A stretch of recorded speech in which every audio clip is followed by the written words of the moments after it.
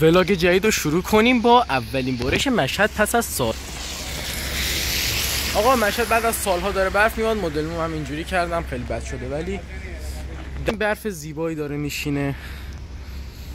ادامه ولاگو فردا میریم. فقط خواستم اینو بهتون نشون بدم، شاید فردا این منظره نباشه.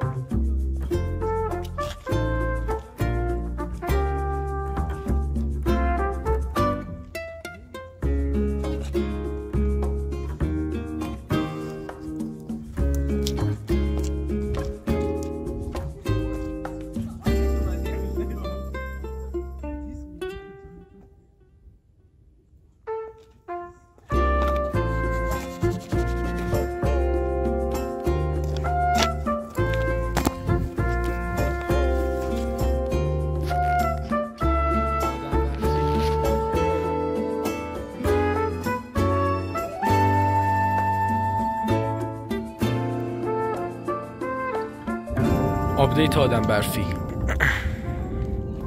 بریم واسه سکانس سینماتیک.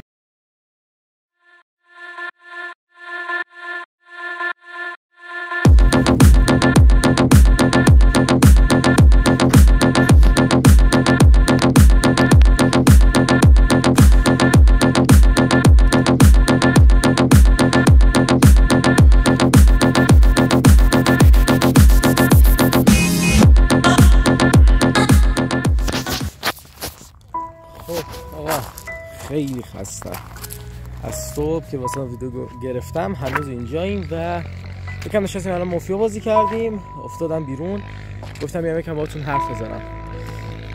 لایک و سابسکرایب فرمودید نشه آقا، ویو میخوره، مثلا 20 دونه ویو میخوریم ولی لایک و کامنت خیلی کمه.